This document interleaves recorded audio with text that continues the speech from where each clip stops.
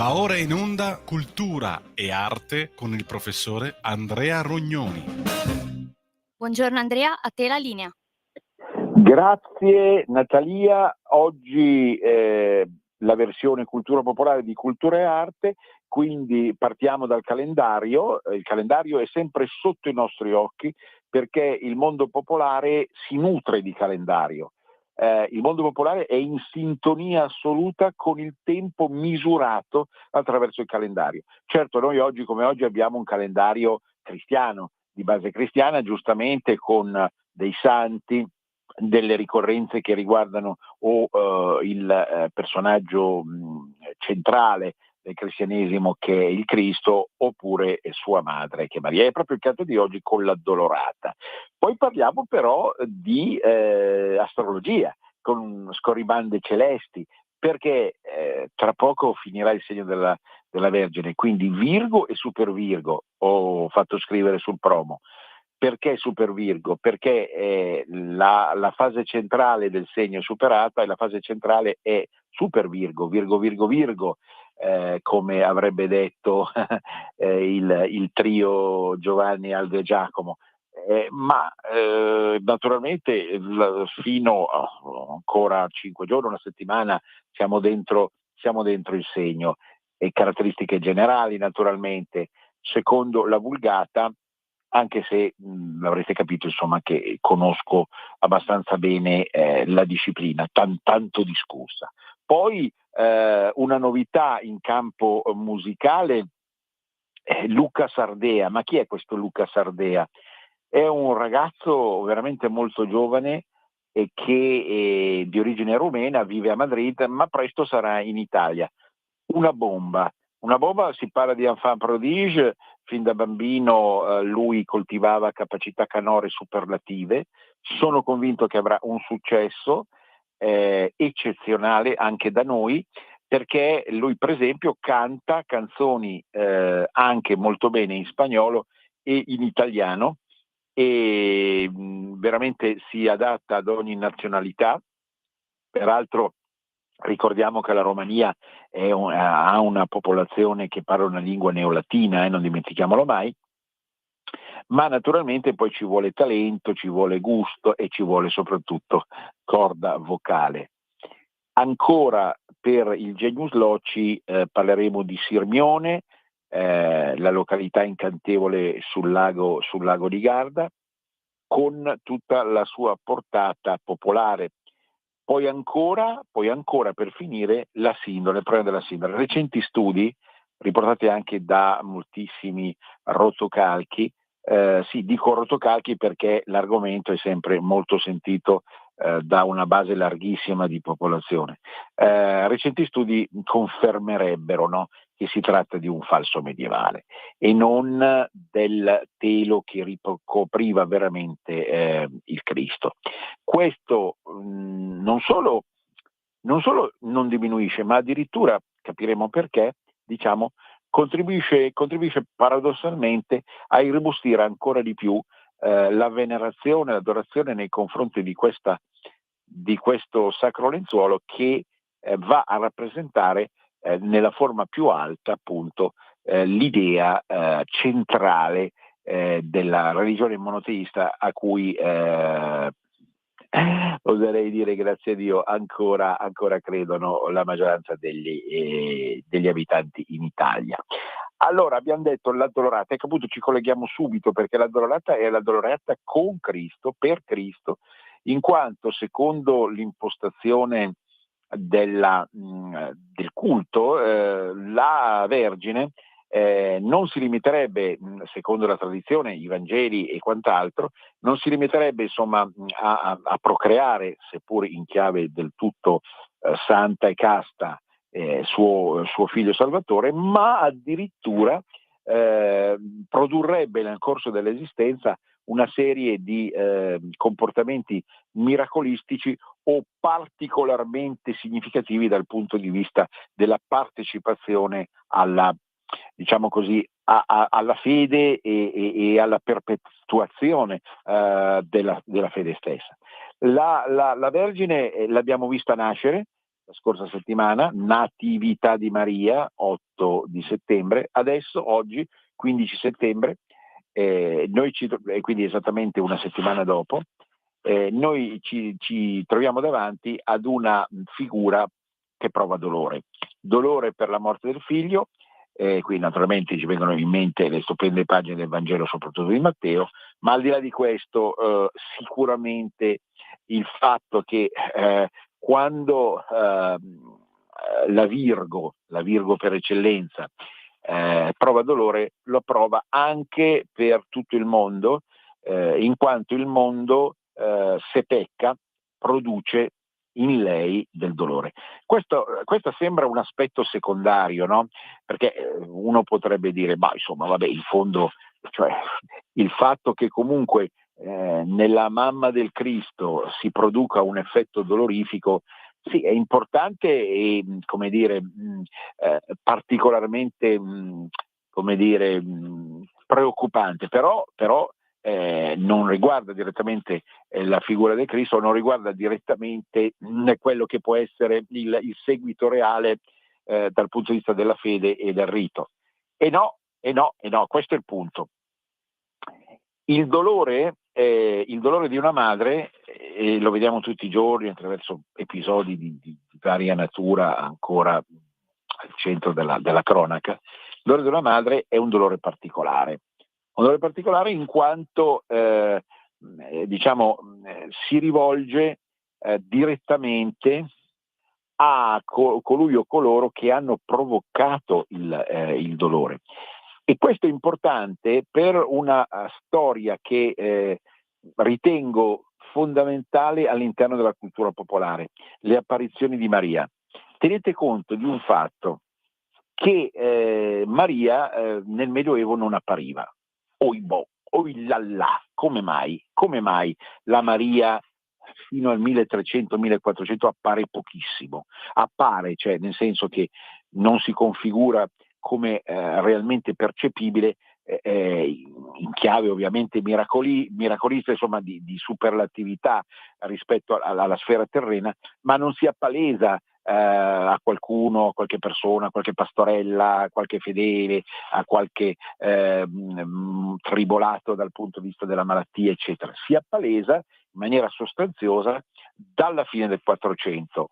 Mi viene in mente subito Caravaggio, volgarmente Careas in lingua locale, che è proprio dal via a tutta una lunga serie che sarebbe impossibile elencare in questa trasmissione, ma sempre il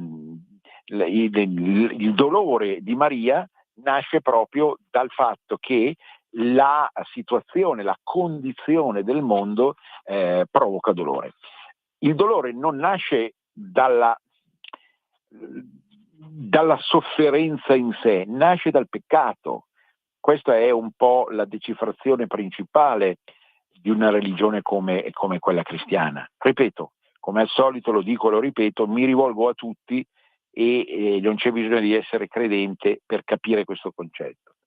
Perché è ovvio che soltanto all'inizio dell'epoca moderna si manifestano, secondo la vulgata corrente dal punto di vista anche storiografico, si manifestano alcuni comportamenti collettivi o psicologici che trascinano il mondo, ovviamente anche e soprattutto il mondo occidentale che conosciamo meglio di quello orientale, verso una sorta di gravame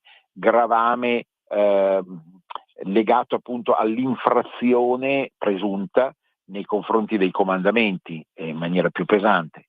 E ecco che le apparizioni di Maria trovano il coronamento principale nell'Ottocento con le Lourdes, la Salette, Parigi, e poi si arriva al Novecento appunto con le altre famose e diffuse in tutta Europa. Quindi queste apparizioni sarebbero dovute proprio al dolore acutissimo che proverebbe Maria rispetto alla devianza del mondo e anche e soprattutto dell'Europa rispetto ai dettami della legge religiosa. Questa risposta è una risposta, come vedete, fondamentalmente femminile e più passiva rispetto a risposte di altre religioni. Qui apro una piccolissima parentesi. Sabato abbiamo parlato della grande manifestazione londinese. Si parla di 110.000 presenze ufficiali, ma in tutta Inghilterra addirittura si parla di milioni di persone scese in strada a difendere fondamentalmente la religione cristiana, non solo con l'Union Jack come bandiera, ma anche con la famosa croce di San Giorgio, che è la bandiera anche di Genova. Quindi era solo per precisare qualcosa che avevo lasciato nell'aria rispetto alla trasmissione dove ho intervistato Gulisano sulla manifestazione appunto londinese e inglese di sabato scorso, e chiudo la parentesi. Quindi il dolore è la risposta diversa da comportamenti vendicativi o comportamenti violenti o comportamenti di conquista che pur ci sono stati, intendiamoci, non ho le fette di salame sugli occhi, all'interno del fenomeno cristiano. Ci sono state fortissime, violente manifestazioni di conquista, ma che sono finite proprio nel momento in cui storicamente è apparsa la figura che dal punto di vista della teologia unica ha il diritto di manifestare il senso ultimo del problema, cioè del problema del peccato. È chiaro che se noi non crediamo o diciamo così non pensiamo che esista un Dio o che esista una legge, una lex divina, cade e crolla tutto il discorso naturalmente. E naturalmente siamo liberissimi di farlo, però dobbiamo conoscere bene tutti questi meccanismi di una cultura popolare imbevuta della tradizione cristiana, che appunto parla di addolorata e la colloca sempre nel segno della Virgo, guarda caso, appunto, ma come pregna di insoddisfazione per il comportamento complessivo dell'umanità. Ecco allora la forte aderenza alla festa anche dell'addolorata, specialmente in area mediterranea. Tutti sanno che nel sud Italia ci sono alcune persone che sono state chiamate Maria Addolorata o semplicemente Addolorata, ovviamente di genere femminile, che evidentemente fanno capire quanto questa festa, questo benedetto 15 settembre, sia sentitissimo naturalmente nell'ex Regno di Napoli, perché evidentemente, giusto dirlo, ma non c'è malizia nella mia battuta, un certo tipo di carattere aderisce meglio proprio a questo tipo di comportamento femminile, in senso buono sto dicendo naturalmente, di forte empatia, di forte compassione e quindi anche di forte dolore. E mi fermo qui. Certo, dietro a tutto questo discorso c'è un immaginario che è più vasto ed è meno sacro, apparentemente, che ci riconduce, ci prende per mano e ci porta proprio, appunto, come stavo ammiccando, al segno della Vergine. Virgo e Super Virgo. Virgo. E certo, la tradizione, non più dico cristiana, ma la tradizione dell'immaginario popolare di antichissima origine e legato in parte anche all'Oriente, ci propone questa figura di donna che appunto viene denominata Vergine in quanto pura, casta, sia dal punto di vista fisico che dal punto di vista mentale.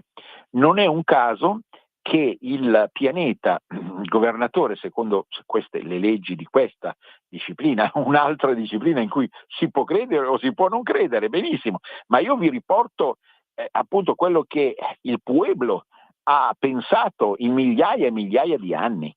Quindi certamente rielaborato da chi era in grado di fare e di capire questo codice. Ma la Virgo, dicevo, è presieduto dal pianeta Mercurio, quindi dal pianeta dell'intelligenza e della conoscenza. Quindi la verginità come concetto non è soltanto un concetto sessuale e fisico, ma è un concetto innanzitutto mentale.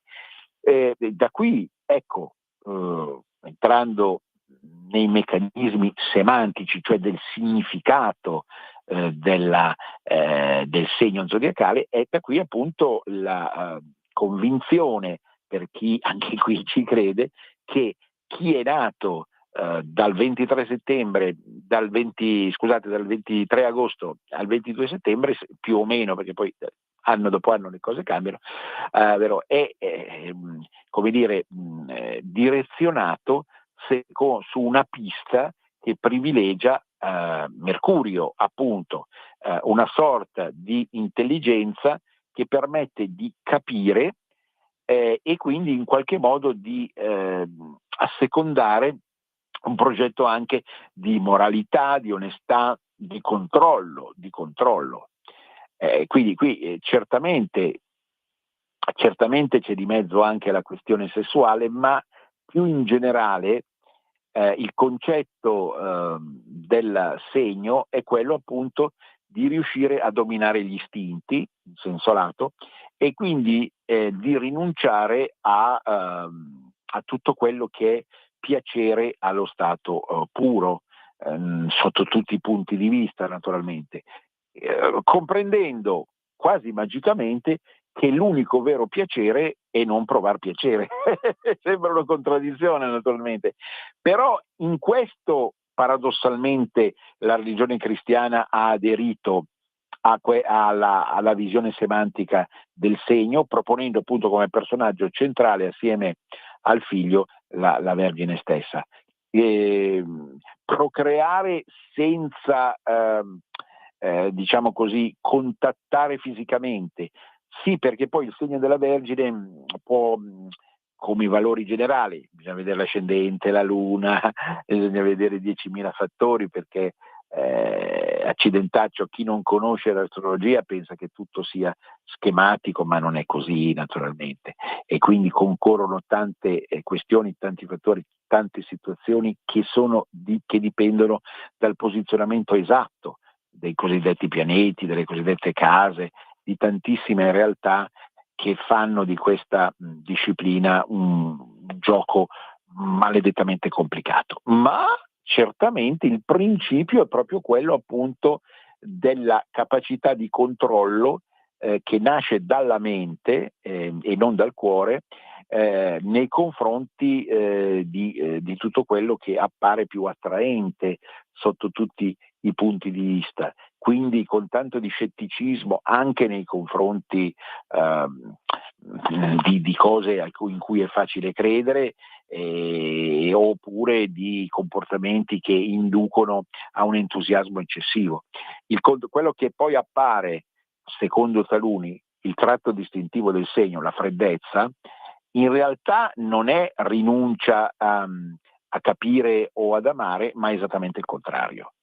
E in questo ogni segno ha una luce e ha un'ombra che va ben compresa se noi vogliamo aderire a una conoscenza reale e profonda, che è poi una conoscenza di intuizione popolare, di prassi un pochino più dotta, perché certamente bisogna conoscere la disciplina come tutte le discipline di questo mondo, ma di base, di pressione di base popolare, perché l'intuizione rispetto alla psicologia umana è fondamentale.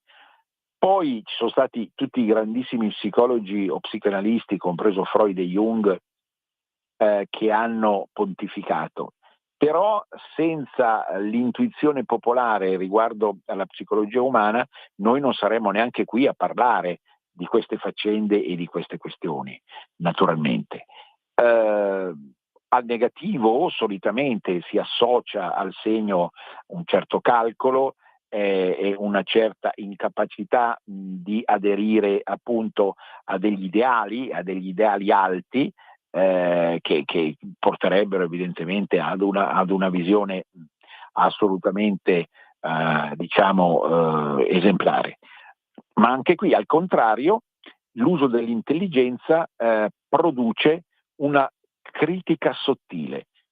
L'esempio che mi viene in mente vi sembrerà perfino banale oppure edulcorato e intriso di piaggeria, è quello di Umberto Bossi, che appartiene a questo segno e che essendo nato nel 41 tra qualche giorno compirà, fate bene il conto che non sono un matematico, 74 anni. Nel caso del conducator classico e primiero del leghismo, ci troviamo di fronte proprio a una capacità, direi nel suo caso, stante particolari pianeti che adesso non vi sto a illustrare perché non ho tempo, ad una esemplare e sottile capacità di distinguere il senso ultimo della vita sociale e quindi di proporre un'idea alternativa a quella esistente. Certamente lo spirito critico, quindi di forte polemica, appartiene al segno nella misura in cui c'è una visione di lucidità mentale, ecco Mercurio che domina, nei confronti di una condizione generale che deve essere debellata, deve essere migliorata, deve essere superata. Mi sembra calzante l'esempio del papà di questa radio stessa, proprio perché nella sua vita, non sto facendo inutili apologie che non appartengono al mio carattere, ecco, nella sua vita ha dimostrato in mille maniere che comunque la lucidità mentale e lo spirito critico permettono di proporre e fondare un mondo migliore. Questo è proprio la chiave di lettura, e badate bene che è un principio femminile, anche adeguato ovviamente a un maschio e a un macho per eccellenza come Umberto, proprio perché lo spirito femminile ha delle capacità superiori da questo punto di vista dello spirito maschile, naturalmente. Ma questo vale anche per altri segni come il cancro. Io appartengo a quella categoria, come tantissime altre persone di questa radio, che evidentemente è di base femminile e poi produce tutta una serie di esternazioni sicuramente maschili, ma la base sul piano archetipale è quella. Voglio chiudere col fatto del Super Virgo, perché appunto vi dicevo, chi è nato dal 3 al 13 di settembre in realtà è Super Virgo, perché il decano centrale della Vergine è Vergine, mentre il decano iniziale è Vergine Toro, il decano finale è Vergine Capricorno. Ma non ditele troppo in giro queste cose che sentite, perché poi dopo sbugiardate quelli che parlano di astrologia in maniera troppo semplice e che quindi ci riconducono la massa verso l'ignoranza e la superstizione. Invece vediamo un po' la situazione com'è dal punto di vista del tempo che passa. Stiamo avviandoci alla fine della prima parte. Come vedete la figura, ecco, un'ultima nota, perché il dolore anche diventa una questione vitale per il segno, al netto sempre, abbiamo detto, di tutte le caratteristiche specifiche che non possiamo dimenticare, perché nelle caratteristiche di base di questo segno il dolore nasce dal fatto di non comprendere, perché forse si comprende troppo, e quindi il famoso perfezionismo, cioè io avrei voluto essere così ma non ci sono riuscito. Ecco, questo è proprio un tratto distintivo di base del segno, proprio perché al negativo, se così possiamo dire, no? Se io pretendo troppo da me stesso sto male. E la Madonna, senza ovviamente offendere o produrre blasfemia, riproduce questo schema nella misura in cui vorrebbe un mondo fatto di santi e non di peccatori, di sante e di santi e non di peccatori e peccatrici. E purtroppo quando si accorge che questo non è possibile, perché evidentemente Satana, che è la stessa, ricorderete, no? L'iconografia virginiana, che è la stessa, schiaccia sotto il calcagno.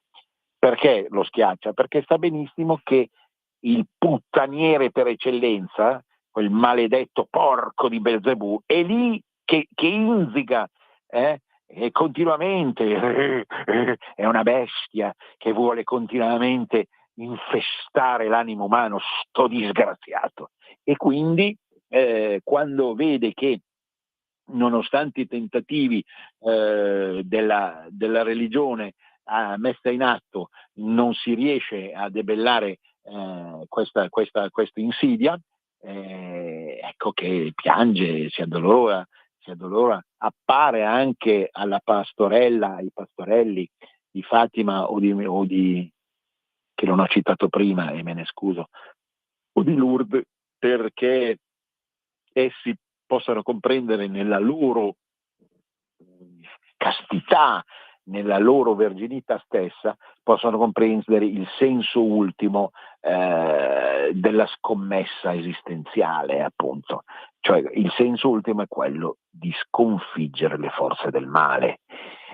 Ma appunto occorre sconfiggerle senza violenza, e questo tra l'altro uno dei messaggi più alti che secondo me ha prodotto lo stesso Umberto, ma non voglio dire altro.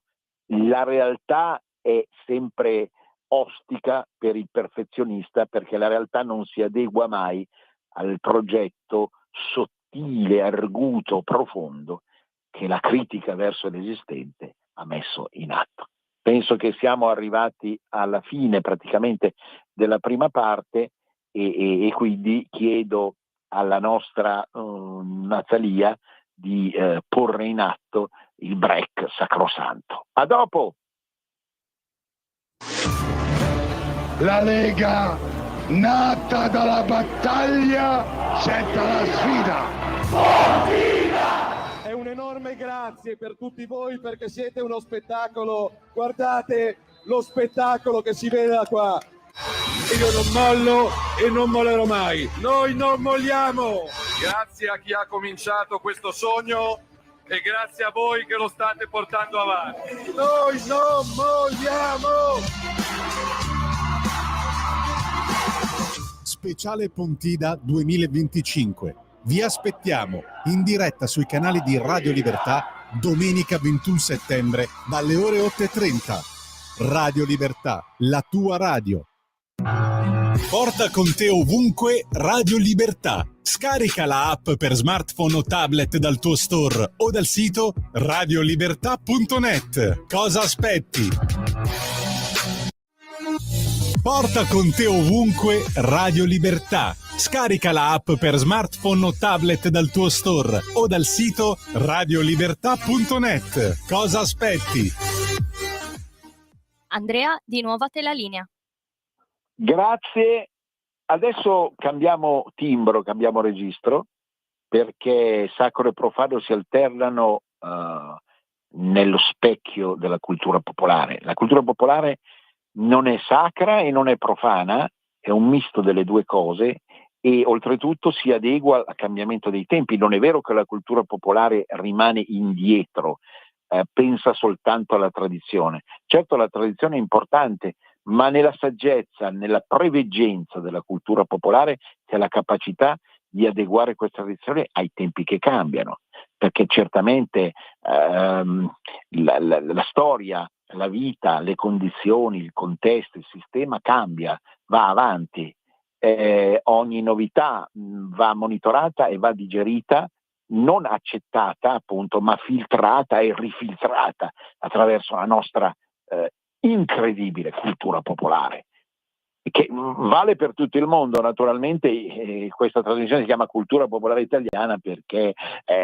io stesso conosco meglio l'Italia di altri popoli, però gli interscambi sono fitti, tanto che adesso io vi parlo, per esempio, nella musica, per quanto riguarda la musica pop, di un giovanissimo che si chiama Lucas Urdea e che sta entusiasmando tutti quelli che hanno la fortuna di ascoltarlo. Chi è Lucas Urdea? Urdea è un ragazzo rumeno che vive a Madrid e che si è già dimostrato in gambissima nel portare avanti una linea prima di imitazione, ma imitazione è riduttiva come parola appunto, quindi di riproduzione di canzoni cantate da grandi e illustri cantanti di ogni parte del mondo. Essendo lui poi emigrato dalla Romania a Madrid, sicuramente ha avuto modo di conoscere tutta la tradizione spagnola, che è fortissima. Io stesso, adesso qualcuno di voi così avrà un conato di vomito, sono sicuro appunto, sono un fan dei grandi cantanti spagnoli, soprattutto maschi appunto, che hanno onorato l'arena canora, soprattutto riprendendo antiche intuizioni di tipo popolare, e l'hanno poi appunto rilanciato a livello di musica leggera. Però il ragazzo Lucas Urdea è in grado, ripeto, di riprodurre con anche aderenza ai timbri vocali specifici le canzoni di tutto il mondo, anche in lingua inglese. La versatilità di Lucas è enorme nelle lingue e quindi anche nella esternazione delle lingue in via musicale. Presto si dice sarà in Italia, e questo ci conforta dell'idea che appunto i talenti veri appunto possono essere finalmente onorati. Data la giovanissima età, lui sarà attenzionato forse più degli altri, soprattutto nel cantare delle canzoni in lingua italiana, ovviamente, che appartengono al nostro repertorio, che tanto ci ha entusiasmato negli anni 60, 70, ma anche con prosecuzione sotterraneo reale negli anni 80 e 90. Anche qui una piccola parentesi, oggi è un po' il giorno delle digressioni. Ho seguito la polemica tra Gianluca Grignani, il noto cantante e cantautore, e la Laura Pausini, perché la Pausini avrebbe in qualche modo sfruttato la canzone più famosa di Grignani e l'avrebbe riproposta, addirittura vantandosi di essere più brava, a quanto pare, vantandosi implicitamente, sotterraneamente appunto, di essere più brava dello stesso Grignani nel cantarla. Questo ha suscitato un polverone tremendo, nel senso che chiaramente chi è legato alle capacità espressive del Grignani si è scandalizzato per quello che è emerso da questo punto di vista. Qualcuno accusa la Pausini di essere una sfruttatrice delle capacità altrui, e per motivi appunto di successo e di gloria. A me non interessano queste polemiche personalistiche, perché difendo personalmente tutti i cantanti maschi e femmine o anche di ogni altro genere italiani che cantano in lingua italiana, perché la canzone in lingua italiana di musica leggera, ma naturalmente questo vale per tutti i tipi di musica, quando si parla di musica pop è musica popolare, musica leggera, ecco, è chiaro che c'è questa predominanza dal punto di vista del gusto, che non è abiurare la musica classica, che mi piace tantissimo, o altri tipi di musica, però è semplicemente ritenere che effettivamente la lingua italiana si adegua bene alla musica leggera, per esempio. Quindi quando si sa di un successo internazionale di cantanti italiani, sicuramente si gioisce da questo punto di vista.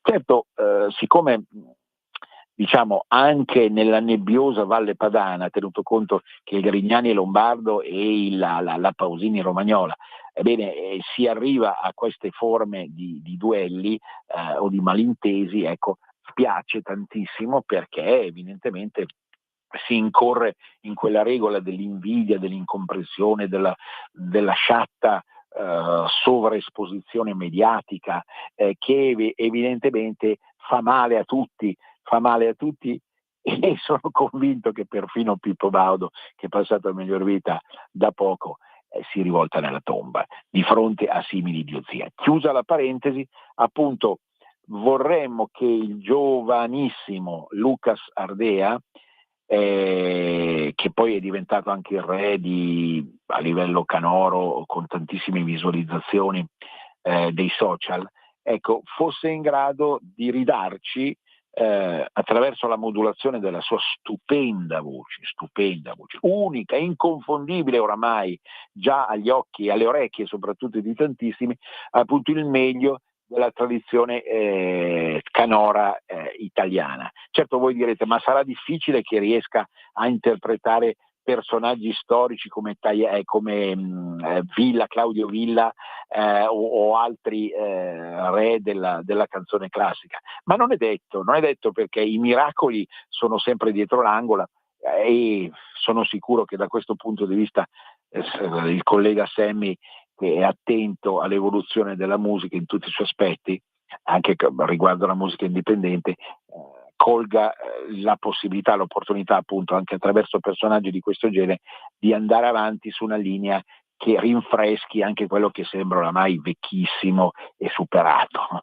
Noi da ragazzini vivemmo il braccio di ferro non fra Grignani e Pausini, ma fra Claudio Villa e Gianni Morandi, e naturalmente diciamo tendenzialmente da ragazzini si parteggiava per Gianni Morandi, però ora rivisto dopo tanti anni, dopo mezzo secolo, la questione pensiamo che comunque siano stati tutti e due dei grandissimi, non ci sono sicuramente dubbi.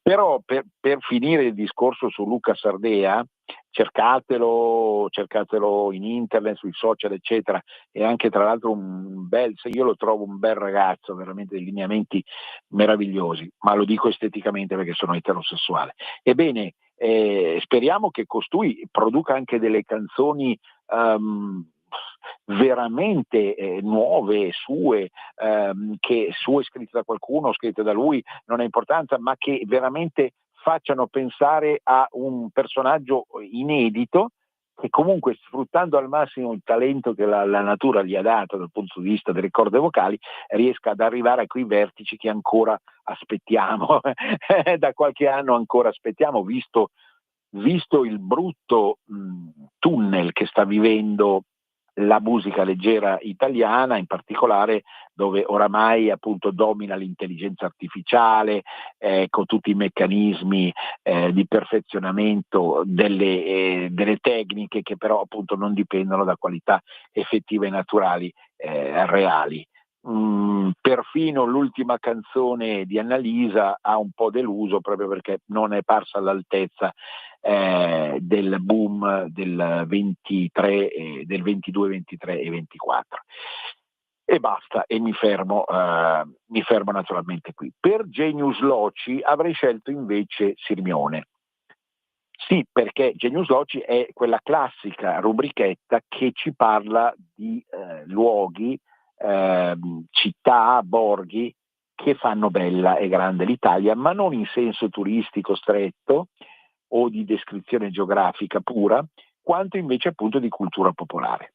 Nella cultura popolare Sirmione è sicuramente la perla del Garda, innanzitutto per l'assetto fisico, è questo incredibile promontorio che, diciamo, dall'alta pianura mantovan-bresciana si prolunga nel lago. si prolunga nel lago come, non me lo permetterete, ma in senso buono, un fallo che va verso nord. E l'entrata stessa di Sirmione, con quel castello stupendo, che io trovo stupendo, senza essere particolarmente originale, ma insomma di una possanza e di una perfezione formale che rasenta il rigore assoluto. Ebbene, l'entrata stessa, che sembra quasi, come dire, una dogana, ci induce a pensare quasi a una città franca. Ecco, il Sirmione io l'ho sempre, ma penso che la cultura popolare lo interpreti così, no? Come la città, una sorta di piccolo paradiso terrestre. Piccolo paradiso terrestre la cui entrata appunto, no, è lì al castello, non si può più parcheggiare oltre il castello, bisogna trovare il posto fuori naturalmente per chi viene in macchina, e comunque da lì, dall'entrata dalla porta del castello, si entra in questo ben di Dio. E che cosa c'è dentro? C'è tutto il contrario di tutto, perché sicuramente chi arriva e chi è sempre arrivato appunto dopo più o meno lunghi viaggi da Milano, dall'Emilia, del Veneto, perfino da nord al Trentino, eccetera, chi è arrivato lì si è reso conto appunto che questa Bengodi, questa specie appunto di regalo della natura ma anche della civiltà, presenta al suo interno ogni cosa che ogni umano desiderio possa e voglia soddisfare, naturalmente, dalle spiagge stupende ai negozi, diciamo alla possibilità di mangiare in termini anche fortemente gustosi, fino ad arrivare all'archeologia, ecco, all'aspetto termale, all'aspetto legato a Catullo, alle grotte di Catullo e a tutto quello che Catullo, che è sicuramente il personaggio, il Deus ex machina di Sirmione, che è un personaggio che appartiene alla letteratura colta, però tutti sanno che Catullo, anche se non lo conoscono, Catullo era quello appunto che amava una prostituta, e quindi c'è questo aspetto un po' sinistro e blasfemo che paradossalmente, secondo un meccanismo di colpa ma anche di autopunizione, arricchisce diciamo così, l'ensemble presente appunto a Sirmione stesso. E quindi anche chi ha usufruito di Sirmione dal punto di vista della villeggiatura, chi ci ha la casa, chi va in affitto, chi va in ristoranti d'albergo, chi comunque gode della sua bellezza naturale ed artistica, sa benissimo che si tratta di una forma di cupio dissolvi, ecco, è il fascino di Sirmione, no? È un paradiso terrestre dove si può venire cacciati e dove scende il creatore e dice: perché te la stai godendo così tanto? Io ho voluto regalarti Sirmione, la perla dell'universo, è vero, in questo lago, il Benaco, no? Ricordate che io chiamo sempre il Lombardo Veneto Benacchia, che non è soltanto la terra del Benaco, del lago di Garda, ma anche la terra del bene, ecco. Ma ecco, sicuramente io ti ho voluto regalare e tu ne approfitti troppo, e tu gozzovigli, e tu ci fai l'amore in maniera sconsiderata. Che comportamento è questo, no? Cioè, quindi la cacciata dal paradiso terrestre, quando addirittura appunto in Sirmione si riempie troppo e la gente fugge perché si accorge appunto che non c'è più la possibilità di godere di un minimo di privacy. Ecco, sono tutti aspetti interessantissimi di una realtà che, proprio perché non appartiene a un contesto marittimo, a un contesto lacustre, appare ancora più originale di quello che normalmente potrebbe essere Portofino, Monte Carlo, Ischia o il Gargano. E quindi di solito appunto riesce a coinvolgere persone che arrivano da lontanissimo. Io prima ho citato le città più vicine, ma in realtà chi viene dal sud, io ho sentito un sacco di persone che sono venute da Roma o da Napoli e che si sono innamorate di Sirmione, ma in una maniera incredibile, perduta proprio per l'originalità assoluta del luogo, del posto. Lo chiamano anche loro la terra dei due laghi, perché uno in pochissimo tempo va diciamo a ovest delle spiagge che guardano il Bresciano, a est le spiagge che guardano il Veronese, no?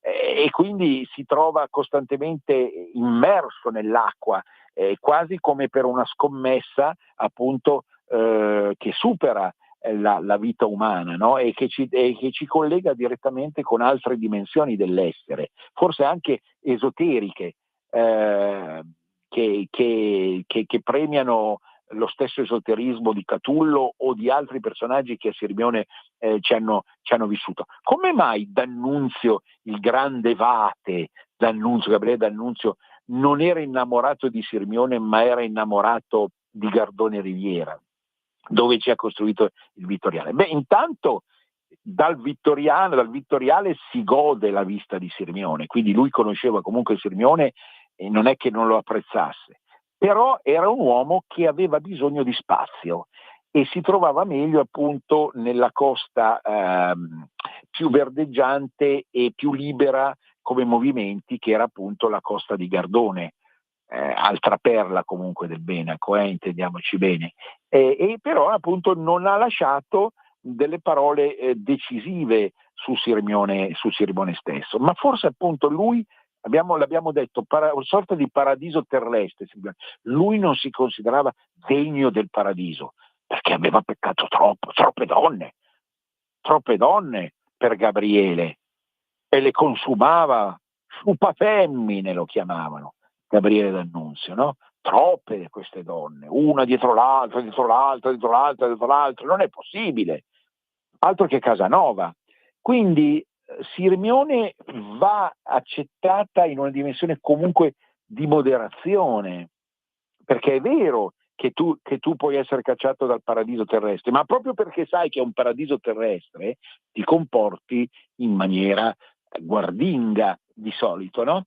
In modo tale appunto, per esempio appunto da non starci troppo, ma uscire dopo una bella giornata passata sulla penisola, in modo tale appunto da ritornare sulla Terra, sul pianeta Terra.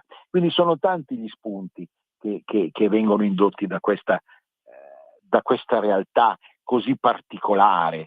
Come io personalmente mi sono ritrovato a ufficiare un premio letterario in un albergo appena fuori il castello, non faccio nomi per non fare inutile pubblicità, e ho trovato una risposta adeguata in tante persone che erano arrivate lì perché mi dicevano Sirmione è diciamo così il posto, il luogo della cultura. È vero, c'è anche questo aspetto molto forte di Sirmione, appunto, è un luogo dove non solo si assiste ai miracoli della natura, ma anche alla forza della cultura, perché la cultura ama i posti originali, i posti fuori dalla norma naturalmente, ma voi direte, ma anche la cultura popolare? Paradossalmente sì, la cultura popolare è come, non lo so,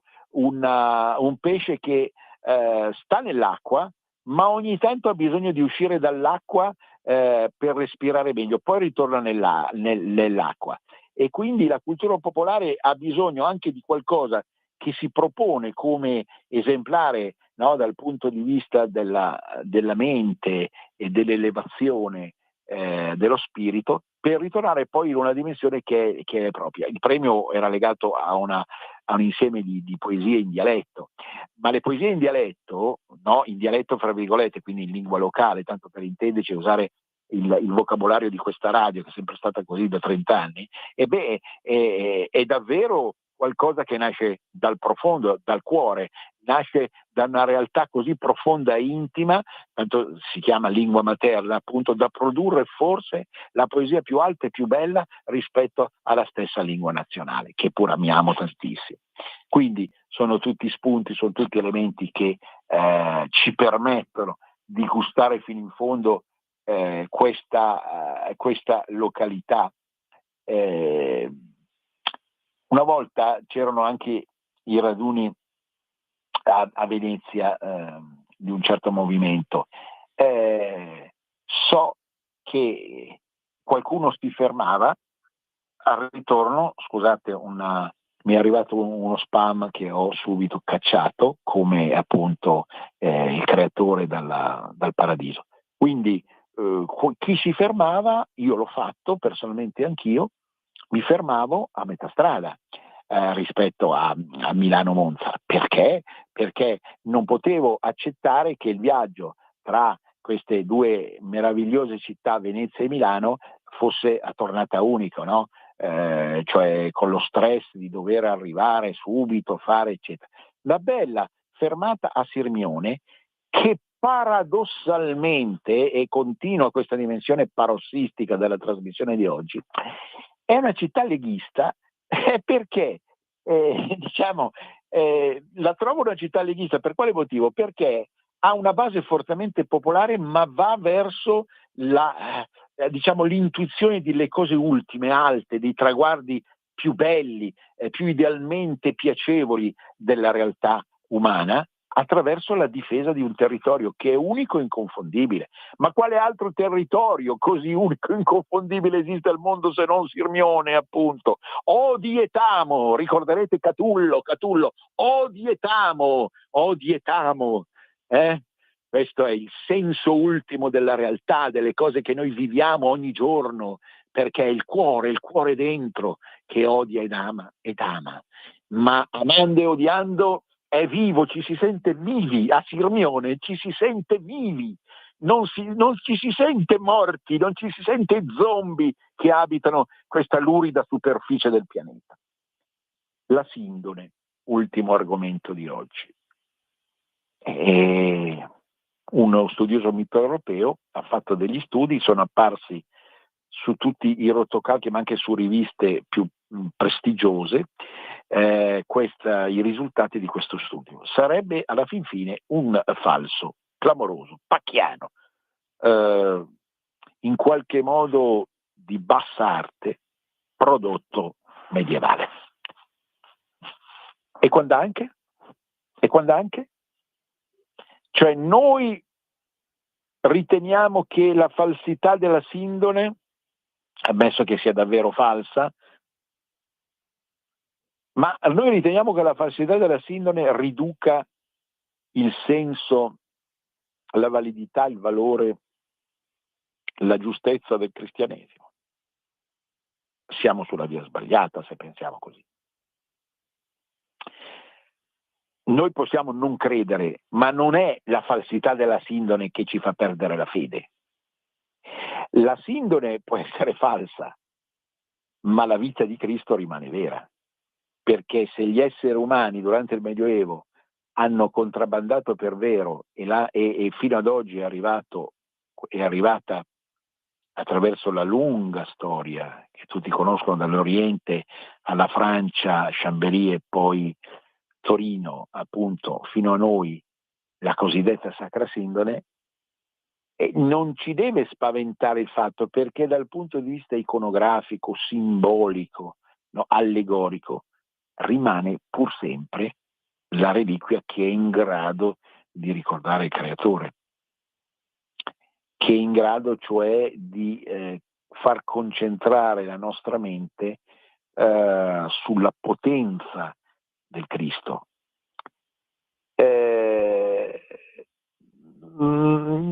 Ci sarebbe tantissimo da dire sulla storia della sindone anche degli ultimi 30 anni, l'incendio che si è registrato e non è stato il primo, poi anche il Cardinal Balestrero aveva ammesso che avrebbe già nell'88 essere un falso.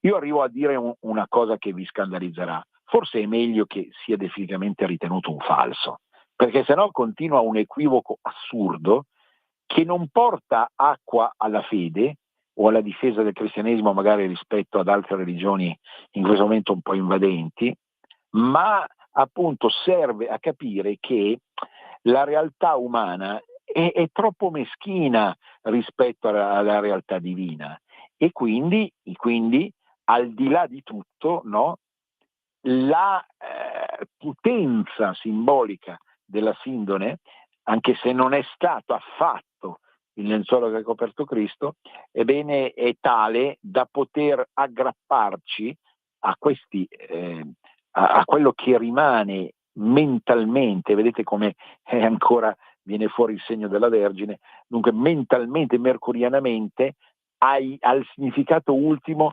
di una religione, della religione per la quale noi siamo stati educati, cresciuti, ma anche educati alla libertà, alla tolleranza.